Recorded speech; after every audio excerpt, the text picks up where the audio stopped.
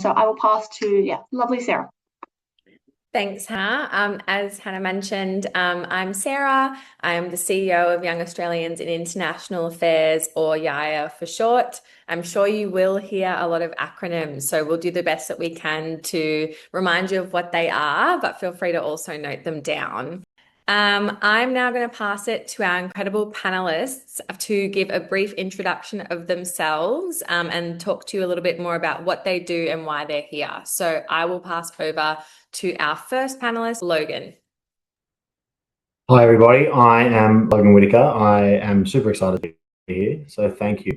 I want to apologise if my internet is a bit scratchy. I'm actually in Thailand visiting some of our project work, and I'm having to hotspot off my phone because, of course, for this call, the internet in the office has dropped out. So anyway, we'll push through and see how we go. So like I said, I'm Logan. I'm the Global Engagement Manager at the Cotton On Foundation.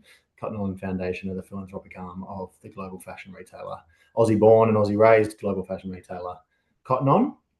And I'll be completely honest, kind of fell into international development. I took a pretty unique route to get into the international development space. I'd always worked in the community development space, which has a lot of similar principles. I worked in sport, I worked in football, I worked for the AFL. And then it was my partner that got an opportunity through Cotton On to go to Uganda and stay there for a year, and I've basically carried her bag for a year, and then from there got offered a job, and here we are today. But we can unpack a little bit more about my journey as we go, and plenty more about what's happening in the international development space and the different players in the sector, because I think a really important and growing player in the sector is for-purpose organisations. So looking forward to unpacking that a little bit more. Thanks, Logan. I'll now pass over to Shandi. Thanks, Sarah, and hi, everyone. Lovely to meet you. I'm Chandni Dhingra. I'm the Programs and Strategy Lead for the Resourceful Collective, and Logan, shout out for bringing the real realities of the sector into the room today. I have a pathway which is slightly more typical, I suppose. I started out as a lawyer, was always passionate about refugee rights, social change, gender equality, and things like that. And so after I did my law graduate years, found myself very quickly moving into the international sector. I worked at Human Rights Watch for a little while in policy and advocacy research with the ICRC, which is the International Committee of the Red Cross, in policy and diplomacy, doing things like climate change research, understanding how urban environments are shaping people's experience of aid and conflict. And then I pivoted back to Australia, where I now work in gender equality. But as with Logan, and knowing that we have so much time to unpack this, I'll chat more to you when we speak. Thanks. Thank you. Grace. Great, thank you. I'm Grace Stanhope. I have been a researcher for the past 3 years at the Lowy Institute, which is a foreign policy think tank on Gadigal land in Sydney.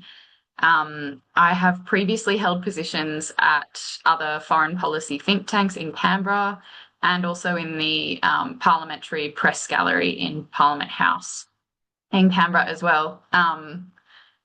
If it's useful, I studied at ANU, Bachelor of Politics, Philosophy and Economics, and a Bachelor of Development Studies, and I did a Diploma of Languages as well. And now, kind of with that whole background, my focus is on international development policy, especially at the intersection with geopolitics. So I do a lot on the politics of foreign aid competition, mostly in the Indo-Pacific. Yeah, that's me. Thanks. Thanks, Grace. Over to you, Aquila. Hi, everyone. I'm Aquila.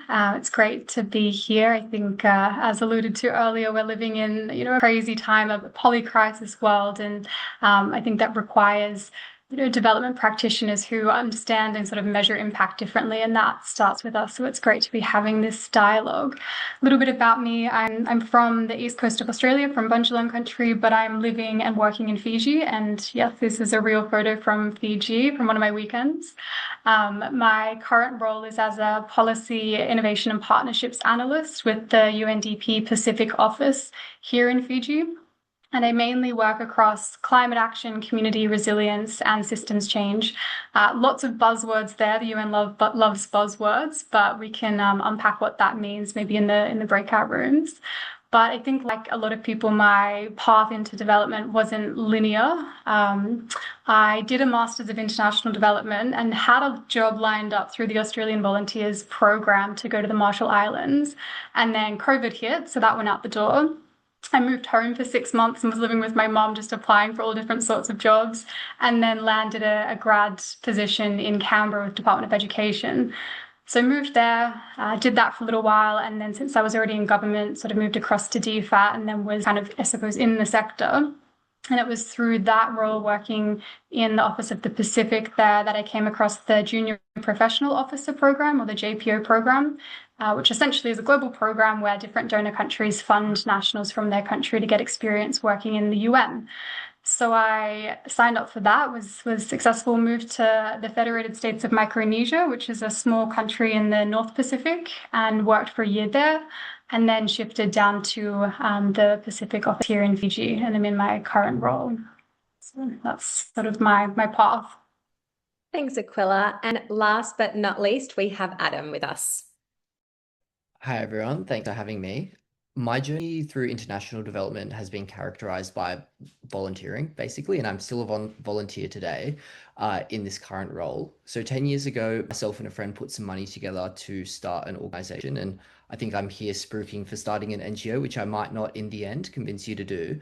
But we essentially put $20,000 together, and people said, or we thought that we donate it to the UN or some sort of body, but then our community and friends around us said, why don't you try and start something? And so naivety and optimism have sort of taken me to this place today. And my organization, Educating the Future, works in Timor-Leste, our second closest neighbor, with a 40% poverty rate. Our work focuses on early childhood education, so helping the system of preschool education, including infrastructure, access, and also programming now. But along the way of the past 10 years, having done a Bachelor of Commerce, so which is a bit different to an international development background, I sort of picked up different experiences along the way in various countries in Mexico, Kenya, Ukraine, Indonesia, and then also recently went and did my Master of Public Policy, which I thought would add to sort of the skill set I'm trying to build in the technical space of education and a bit more of a generalist field as well, which I'll talk about later today. And currently, to help me pay for my work volunteering and supporting the team in Timor, I'm the general manager of Teach Us Consent, which is another NGO. And actually, we are now foraying into international development sort of work as well now in Papua New Guinea, for example. So I think that goes to characterize that development is rapidly changing, and the face of it, as many of us pointed out, and who is in that space is changing as well. So really excited for today. Thanks, Sarah. Thanks, Adam. So many diverse careers, so many non-linear pathways. So I thought just leaning into that theme, I would start by asking some of the panelists, when people hear international development, they often imagine that there is only one type of pathway. So based on your experience, and I'll start with you, Adam, what's one misconception you would like to dismantle early tonight in the meeting? I mean, one that we always get is development is highly funded. It's 0.65% is funded for development. And actually, of all of the funds that are going through official development assistance, only 10% goes through NGOs. And those are, the big NGOs as well. So when you start to look at the smaller organizations, I think what people expect NGOs to be funded or how big they are, in reality, it might look a lot differently. So that's one misconception that, I often tackle. And as well, I think the other one is, the view of program management. Potentially with the localization agenda, there's less roles in that and actually more roles in policy. And I know a couple of people on the panel today are doing that. And I think that's a misconception that you often see in TV or how it's portrayed as people running programs on the ground. But actually now that's done by local people and that's how it should be done. And the policy pathway is a very interesting new field that's opening up as one thing I see as a misconception as well. And a very interesting one for people to explore. Yeah, absolutely. I might actually go to you, Grace, just on that policy point around what you think is a misconception. Yeah, I really like the point about yeah, everyone expecting to kind of go and manage aid programs on the ground. That's not really how the sector does or should work anymore. My biggest misconception, I think, when I was sort of coming out of uni was that I just thought the only way to do it was to work at DFAT and get into the grad program. Pleased to share I didn't get in a couple of years in a row. And so I just got a job where I get paid to tell DFAT what they're doing wrong. And it's excellent. I would really highly recommend that pathway. I think also, you know, if you're interested in government and policy, it's a lot more than just DFAT, obviously speaking to the Australian experience, but there's 25 agencies that carry out foreign aid on behalf of the Australian government. So you can also do any number of kind of specific policy areas that are involved in the development program. So yeah, I guess just look beyond DFAT. Thanks, Grace. Hannah, I'll pass over to you.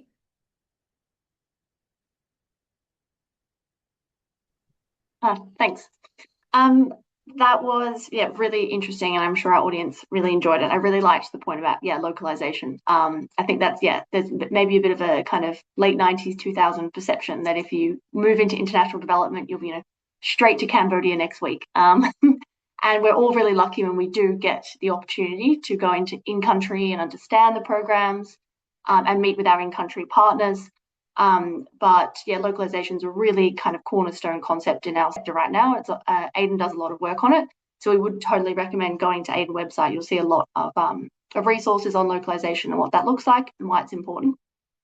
So the second question, and I think it's really important and it's really hard to understand until you're in the sector.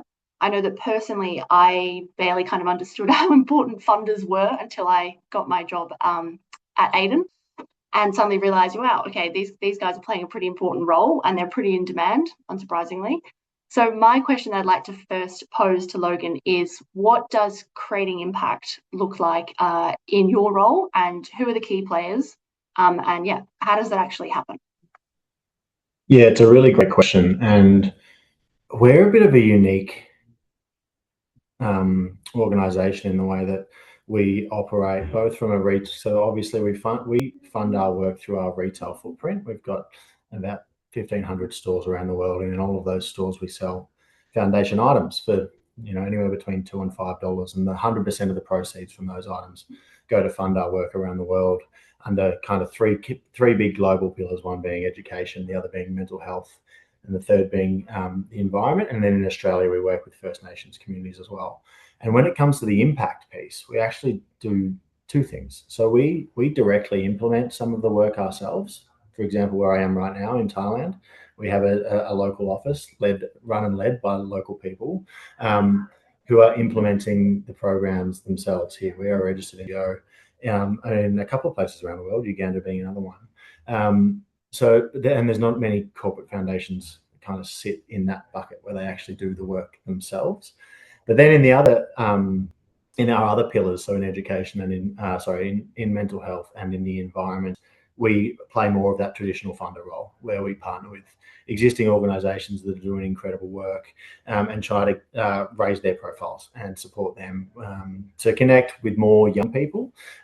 So impact for us looks a little bit different. And if you actually think about our model, a bit of the unspoken piece of our impact in talking about who's the players in the space is actually the young people that are creating change just by shopping in a Cotton On store. So we have young people are the red thread that run through all of our work. We have young people that are working in our stores. They are the team members that are talking to the projects, that are selling a tote bag for $5 to someone, where 100% of the proceeds of that tote bag go to our impact work on the ground, who the beneficiaries of are always young people. It's for youth. We exist to create a world where every young person can thrive. And then, so it's young people selling the tote bags. It's also our customer, on our average age of customers between sort of 16 and 24. So it's young people purchasing the tote bags as well. So it's young people at every stage, which I think is a really cool part of our model. And I think in terms of that impact, that education piece, that accessibility piece for young people to be able to come in and kind of vote with their feet and purchase a tote bag and get that little bit of a dip of the toe in the water of what the world of philanthropy can look like at a really accessible price point as early as kind of 16 is a really interesting part of our impact that we kind of don't unpack enough. We focus on the young people getting education in Uganda or in Thailand or wherever we might be running a program. We don't so much talk about the young people on the other side and the impact that that might have by introducing them to philanthropy at a really early age, what that might happen in 20, 30, 40 years time when, you know, they're the leaders of industry and have a little bit more capacity to give. So yes, it's nuanced. There's a kind of impact everywhere. And yeah, it looks a little bit different for us than it would for other corporate foundations. But I suppose at the heart of it, it's young people at every point of the journey. I love that answer. You know, I think that when you're speaking to a funder or a philanthropist, you might kind of think, yeah, they're managing funds or a family office, and then, you know, they've got a portfolio and they distribute to certain organizations, but you're kind of centering of young people. Very, very relevant to this webinar, of course. But it's a really important point that young people actually have a lot of power in their purchasing power, how they spend their money, and also that, yeah, very soon young people are going to be, there's going to be the biggest intergenerational wealth transfer the world has ever seen in not very long. And so young people thinking about how they spend their money and their impact and their role in philanthropy is going to be absolutely vital. And so I'm going to pose the same question to Chandni, who's also in a funding role right now and works in the gender equality space. So a slightly different take. We'd love to hear how impact is created in your work. Thanks, Hannah, and thanks everyone for your interesting insights so far. Thank you also to everyone who has their cameras on. It's so much nicer to see faces and know who I'm talking to in this bizarre online world. As Hannah flagged in my introduction, I didn't quite describe the work that I do. So I'm the lead of strategy and programs at the Resourceful Collective, which is a collective of intermediary funds who support gender equality in the Pacific and in Asia. So they bridge Australia and what's happening in our conversations here and now with what's happening in the region. And what defines this collective, in my view, is that each of the organizations are embedded in gender equality or feminist movements. So when I think about impact, what the collective aims to do is to figure out ways to support those movements who are ecosystems. In every country, there's already so much activity happening in these gender equality ecosystems. Organizations are supporting each other. They are coordinating, working together, covering each other's gaps, and to recognize that sometimes the way international development systems work, whether it's project-based or the funding structures, can fragment movements by dividing people through silos, through project-based funding, through creating competition instead of collaboration when funding is tight. And so what each of our collective members do individually is support movements as ecosystems, so they're not fragmenting a process which has its own life and is greater than the sum of its parts. What the collective then does is to use the fact that each of these organizations are funding intermediaries, which means that they seek larger scale funding from big funders and or governments and things like that, and then re-grant it to super grassroots actors or actors across the movement, let's say, so that they don't have to spend their time or resources with really burdensome like reporting obligations and things like that. And they're also able to be in a relationship of trust with funders embedded in movements who get what's going on. So there's a due diligence that's kind of built into that. So impact for me, when I think about my work, comes from supporting movements so they can continue operating as ecosystems and listening to them, so you understand what support actually looks like on the ground, if you want to use that terminology, but in the lived experience of those who are needing support from outside. And then the other half of that is translating that to audiences that aren't there. So funder audiences in particular is our focus as a collective. Like, how can we move more funding over there? How can we increase understanding of these movements and ecosystems? And how can we improve the quality of funding so that that burden is less on grassroots actors? So impact for me is multi-part, but in a way that I think all of those things need to complement each other as much as they can to create more and more support. Great, thank you so much. That's such a cool answer. I think two things really stood out to me. One is funding feminist movements, that already exist and might just need additional support, additional promotion, I think is such an important part of our sector these days. And also something that, yeah, if you're not in the sector, it's hard to imagine that that supporting movements that already exist, that are locally led, that are nuanced to the specific kind of cultural and economic and political situation, is where the sector's heading. And that's a lot about being, sorry, yeah. Yeah, absolutely. I was agreeing. Oh, good. Thank you. I'd love to debunk a myth as you did in your first question round, which is, I think that, that anyone who thinks they know more than someone who's living this reality, like, debunk that straight away. Doesn't matter what degrees we hold, doesn't matter what your experience is in the sector. The person who holds the most expertise in any room is the person whose life is affected by an issue. So that would be mine. Yeah. That's a great 2 cents to add in. Thank you. And another key takeaway I thought from what you said, Chandni, was about competition in the sector. Another thing that might be a bit tricky to understand if you haven't joined the sector yet is that there might be a sense that, you join an NGO and everything's good, we're creating impact together, we're tackling, some tricky issues, gender equality, climate change. But actually our sector is quite fraught with competition.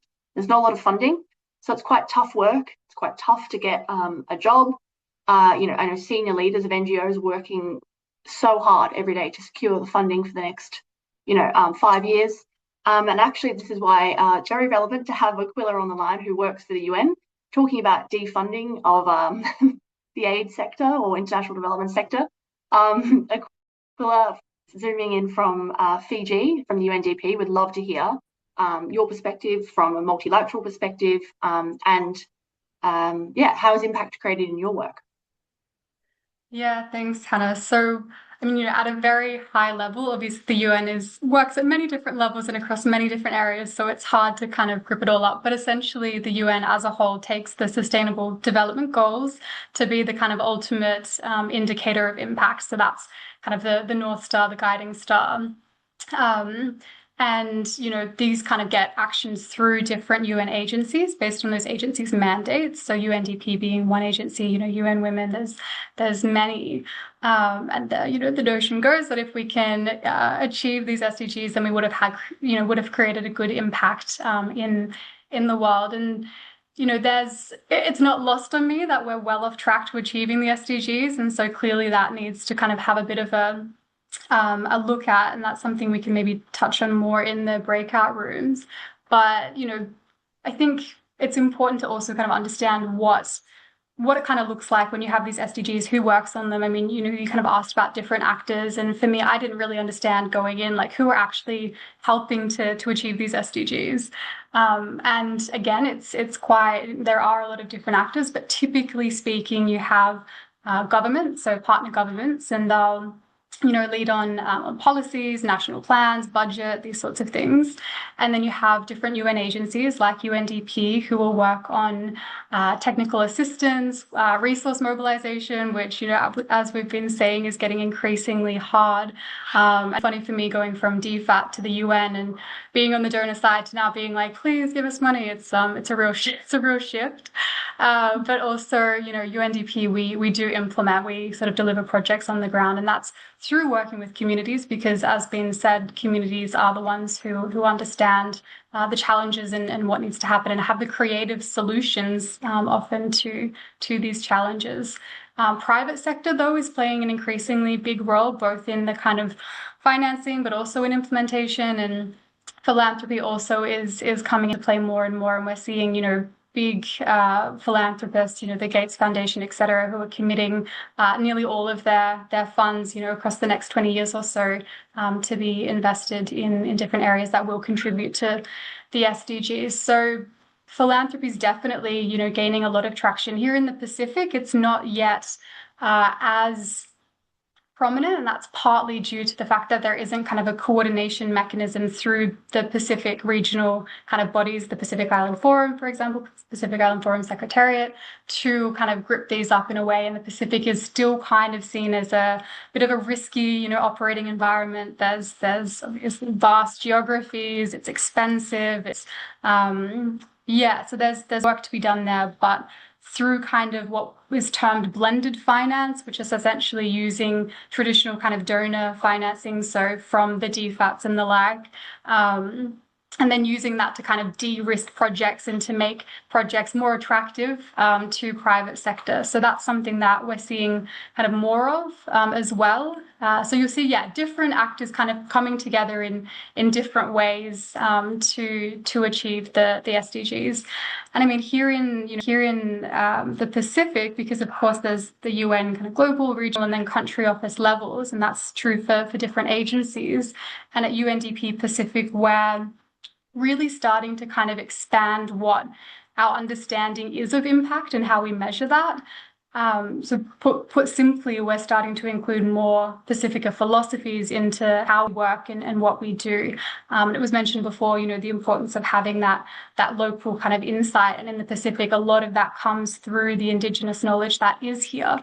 So we're working with one of the academic institutions here in the Pacific, based in Fiji, the Pacifica Communities University. And their whole ethos is really grounded in the understanding that, that individuals, communities, the environment, ancestors, spirit, like all of this stuff is deeply interconnected and interdependent. And so through working with them, we're starting to work both on policy and programs for how we can really start to incorporate more of these Indigenous knowledge systems into actual metrics for measurement of impact as well. So yeah, we're working with them in a range of different ways, and they're really an incredible partner to be working with. So happy to kind of talk through that more in the breakout rooms as well and provide some specific examples. But it's an exciting space. It's very dynamic at the moment, as we've all kind of been saying, and the UN is having to kind of think differently about how we work, which is both scary and does have real implications on the ground when you're talking through massive funding cuts, but at the same time it is creating opportunities for transformation and sort of visioning. So it's a dynamic space, but it's one we're working through. Great, thank you so much. So many little great nuggets in there. Number one, totally how important monitoring and evaluation specialists are, and actually trying to capture and measure impact is absolutely just vital to our sector. It's something that people wanting to enter the sector might want to think about. It's a skill set that's just like absolute gold. And then I really loved, Aquila, how you kind of mapped out some of these key players that we've got corporate and private sector, facilitating the blended finance. We've got government at national, regional, local level. We've got multilaterals like the UN. We've got the local NGOs implementing, and then we've got networks like the Pacific Forum. It's such a diverse sector, and the different players coming together in new ways, particularly with funding cuts, has been really fascinating to watch.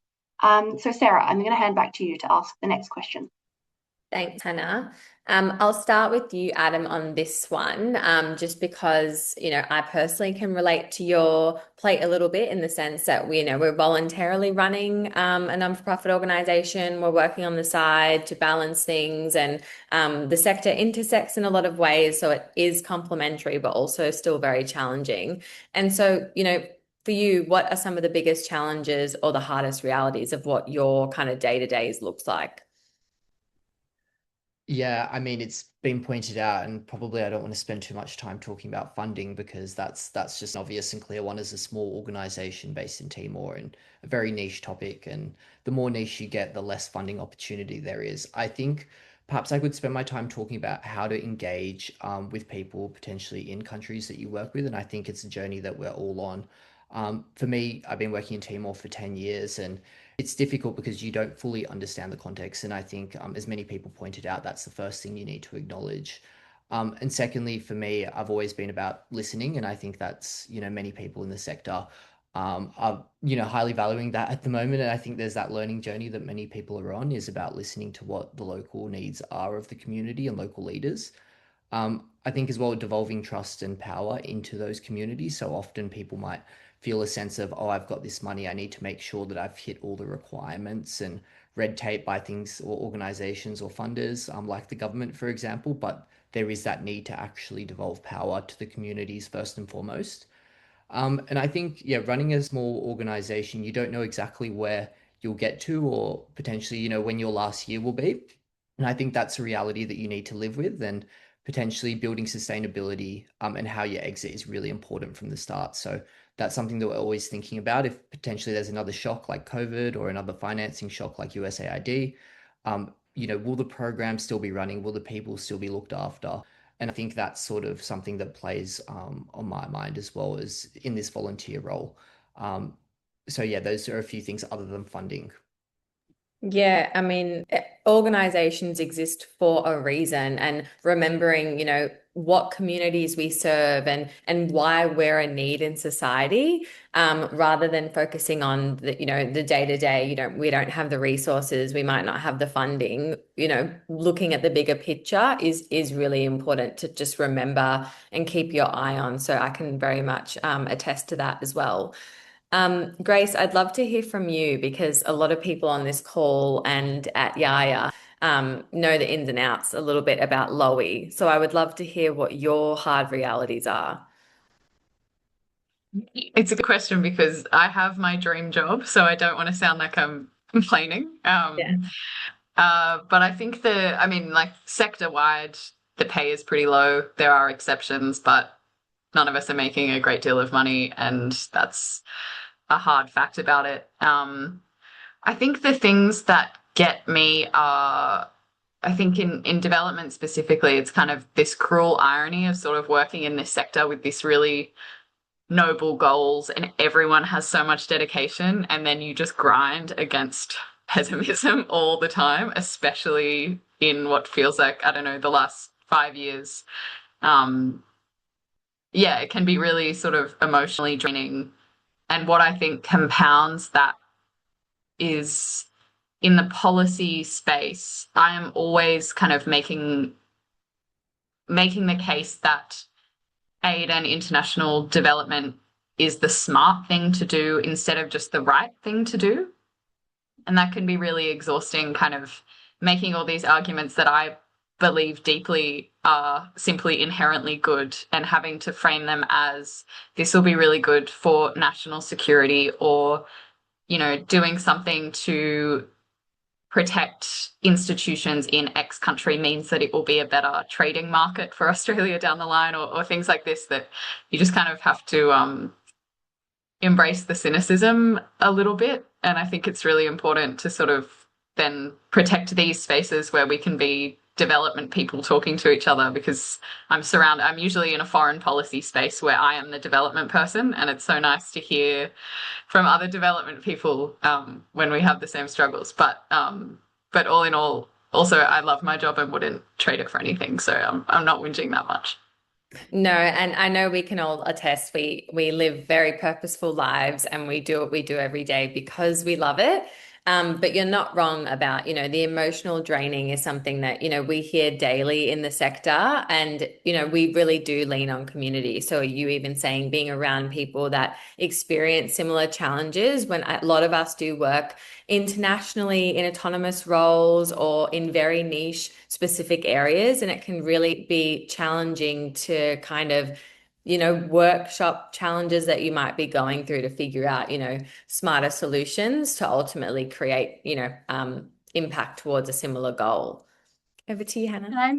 Can I maybe just jump in on this one as well? Because a lot of what Grace was saying really resonates and ties into, I think, the idea of, competition for funding that Hannah, I think, raised previously. And, there's competition on so many levels, right? Between different organizations and types of organizations. There's competition between different UN agencies, even though we're one UN. But there's also competition within individual UN agencies. So, for example, within UNDP, there's the idea that we have some kind of flexible funding available, but that this should be going towards trying to mobilize more resources, which makes sense. It's something we have to do to have money to do our work. But then there's certain projects, and I mentioned before this Pacifica Philosophies Programming Guide, which is deeply important, deeply meaningful. How can we actually work using Indigenous knowledge systems to inform how we're actually programming, what our projects look like, how we, determine what success is. That should be undoubtedly aligned to the belief systems, everything that's happening here in the Pacific as UNDP Pacific. But even within the agencies, having to kind of fight that fight to try and get very small amounts of money, very small amounts of funding to do this sort of work, and having to frame that through the efficiency lens, through the effectiveness lens, which feels kind of ick sometimes, but at the same time, it's like, okay, for me at least, it's like, this is a skill set I need to really develop, which is how can I communicate to the audience, whether it's internal or external, to get the outcome that is good for everyone. So sure, we can frame Pacifica philosophies around effectiveness, around efficiency. We can 100% do that, and that's kind of what we have to do. So I think being able to be strategic and really know how to communicate to get the outcome that's ultimately going to be good across the board, in many different ways. So I really resonate with what Grace was saying. Yeah, absolutely. And that's not something that's foreign to me either. I've definitely heard, being able to, talk to a diverse range of audiences to ultimately get to the solution is really important. And there's not really a lot of guidance in that. Like, it's very much a reactive learning approach to figure out how to achieve that. And so I'm sure it's something that a lot of organizations do struggle with, particularly in the for-purpose space. Hannah. Great, thank you. Our final question before we go to the breakout rooms is about the role of young people creating sustainable change. But just before we go to that, Logan already kind of answered that really well about his work. So I'm just going to actually repose that previous question to you, Logan, before we move to Chandni. And that was, what are some of the biggest challenges or hurdles you've seen throughout your career in international development that might resonate with the audience? Yeah, there's a couple of key ones, and one we've kind of already spoken about, and I'll just call it like it is. It can be really hard to not to not feel like you're like the white savior thing, right? Like, it's really difficult when you're in country, no matter how. I think the key to it is having an awareness of a power imbalance from the start. But no matter how aware you are, no matter how hard you try to devolve power to communities and to give other people the opportunity to, there's still this, when you walk into a room as a funder, and especially as a white male funder, all of a sudden you can sometimes just feel the conversation shift, regardless of the levels of trust you've got. There is just that power imbalance, I think, is really impossible to shake. And I actually don't know the answers to the question. I think partly it's just having an awareness of that is really, really important when you're walking into a new room, and building those local relationships and building trust hopefully starts to break that down. But I think it's something that is, the power imbalance is pretty inherent in the work that a lot of development organizations do around the world. And so it's definitely a challenge, and one that is ongoing, and how much you try to steer clear of it. So that's one piece. And I think the other piece, and I've seen this with people that have reported to me directly and my team, is, and again, it kind of falls back into that, I don't know, for want of a better term, that kind of white savior mentality. But the problems of the world are really, really big. And sometimes it does feel a little bit helpless. And it feels like no matter how hard you try, no matter what you do, you're actually not really getting anywhere. And for some, I've had people in my teams that have been really significantly affected psychologically by that, in terms of, I'm putting everything into this, I'm doing everything that I can, and I'm not making a difference. There's not, and that kind of brought us, it just looks like the world's getting, it's getting worse, not better. To your point, Aquila, around sort of moving towards the sustainable development goals, we're still so far away from anything that looks like kind of success. And that can be really hard to juggle, I think, for a young person working and putting their all in to, kind of reconcile that, and know that, every little thing that you're doing along the way is helping and is making a difference. But sometimes it feels like you're just bashing your head against the wall constantly, not getting anywhere, and that can be really challenging. I think you couple that with what Grace said. So on one hand, you're kind of up against this huge battle, you're wondering if you're even making an impact, and then on the other hand, you have to keep defending the sector to people full stop, and you kind of think, hang on, why? I'm trying to make a difference, why is it me who's the one who's kind of in trouble, if that's a bad word, but you know what I mean. So you can kind of have it coming at you from all angles, which can be tiring, but you develop a thick skin I would say. And I'm going to ask the last question to Chandni, and then we're going to go into the breakout rooms. And that is, where have you seen young people successfully shifting systems and creating long-term or sustainable change? Good question. And Logan, sidebar, would love to talk to you about the power imbalance thing at another time, because a lot of the work that we do in the collective is about how you address that power imbalance. And speaking broadly to any people of color on the call, and connected, Hannah, to your question about what young people can do and shifting things in the sector right now, I think one of the most powerful things I've seen young people do is own your identity and own your skills, rather than focusing on the things that are still developing or not there yet. And I know there is a lot of like white saviorism in the sector, and regardless of your identity, whether you're white, whether you're not, whether you're at an intersection, being able to acknowledge who you are and how that plays into a power dynamic, what insights it gives you, what insights it doesn't, and what that means for what your voice can bring, is probably one of the most powerful things I've seen young people be able to do. Anyone generally at any age, but especially young people, because I think one of the most impactful things that I have seen young people be able to activate, and it makes me feel old to keep saying young people, I'm not that old, but it's activating your voice, because the future is yours before it's anyone else's, and it will affect you more than it will affect others, just in terms of longevity and number of years. So your voice is really important. And I think that young people are so often made to feel small and made to feel like they need to permission seek to say what they actually think. And there's a lot of fear around like repercussions in the sector. Will it affect my ability to get a job? Will it affect my ability to progress in a particular direction? But one of the things I have consistently found impressive about young people is those who know who they are and they know what's important to them and they speak to it.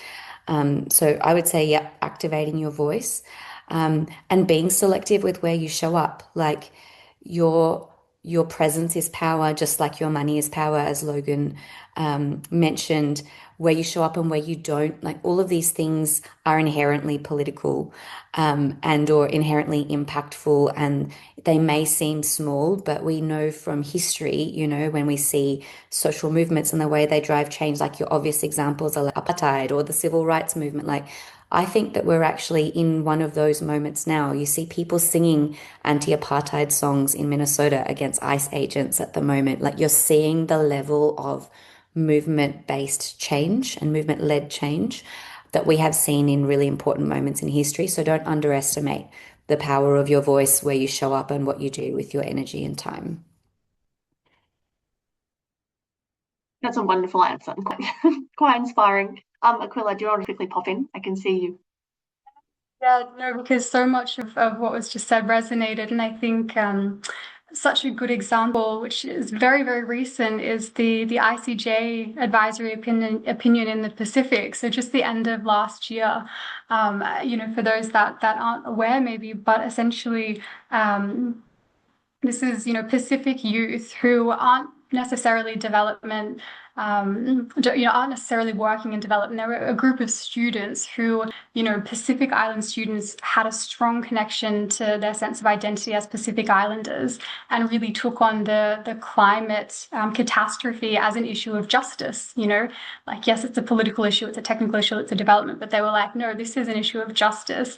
And so through, you know, grassroots organizing, through diplomacy, through coalition building, all of these actions where they were using their voice, you know, their identity, they were able to get the UN General Assembly to go to the ICJ and request an advisory opinion on whether states have a legal obligation to act on climate change. And that advisory opinion was, yes, states do have a legal action to act on climate change. And this all came from young people in the Pacific, and now it has, you know, global implications. And so, you know, you don't have to be anyone, you know, if you do have that connection to your identity, to what's important to place, all of these things can actually have a really, really big impact. And often that does come through working together as well. So yeah, just to give one example that I've seen here in the Pacific. Yeah, thank you so much. And I think, at least from my perspective, an important part of that too is sometimes as a young person, you do get that advice, kind of activate your voice, put yourself out there. But that's also scary, particularly sometimes in a sector where you feel like if you say the wrong thing or you get it a bit wrong, then, you're going to kind of be cancelled or something, particularly because in our sector, we're dealing with quite complex issues. For example, issues of power imbalance, localization, decolonization. So it can kind of feel like, okay, I'm a young person, I want to get involved, but equally, like, these are some pretty complex topics, totally are. I think that's where the role of mentors come in really, really importantly. You don't have to put out your voice there and just be you by yourself, protected kind of by no one. You can always be reaching out and asking people, do you think that this isn't a good argument? Do you think I should try and develop this? Or maybe I've been thinking about some things, I'm going to write them down and try and pitch them to, say, an international development thought leadership platform. And you can work on developing those ideas. I think that's important to build that confidence, because it can seem a bit scary to fully, launch yourself out there. I think, Sarah, if you're ready, we could move to breakout rooms, do you think? Yeah, let's head in there.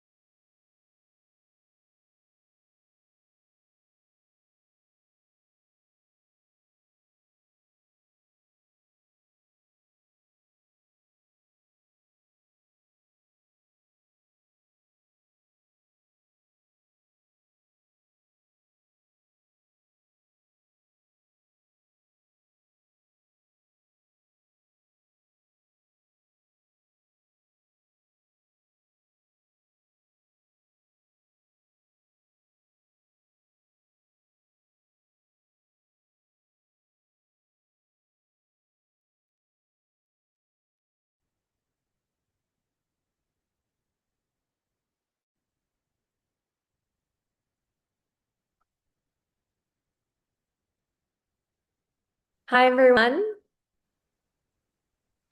I'm sure you all had some really interesting and fruitful discussions in your breakout rooms. Thank you for coming back as we farewell you all and close the event. I'd like to just start firstly by thanking all of our speakers that joined us this evening. Such diversity and such really valuable insights that I'm sure we'll all learn from and take away to further develop where we want to go in our own careers, and just learning about the incredible work that they do broadly in their organizations. Feel free to take a bit of a deeper dive into some of their work and just learn a bit further about it. I'll pass to Hannah now, just to briefly mention a few AIDN housekeeping bits, and then we will close this event this evening. Yeah, thank you, Sarah. Just a shout out to Young Australians in International Affairs, who've been amazing co-hosts for this event. And thank you for particularly managing all the logistics today for Zoom. It's really, really helpful.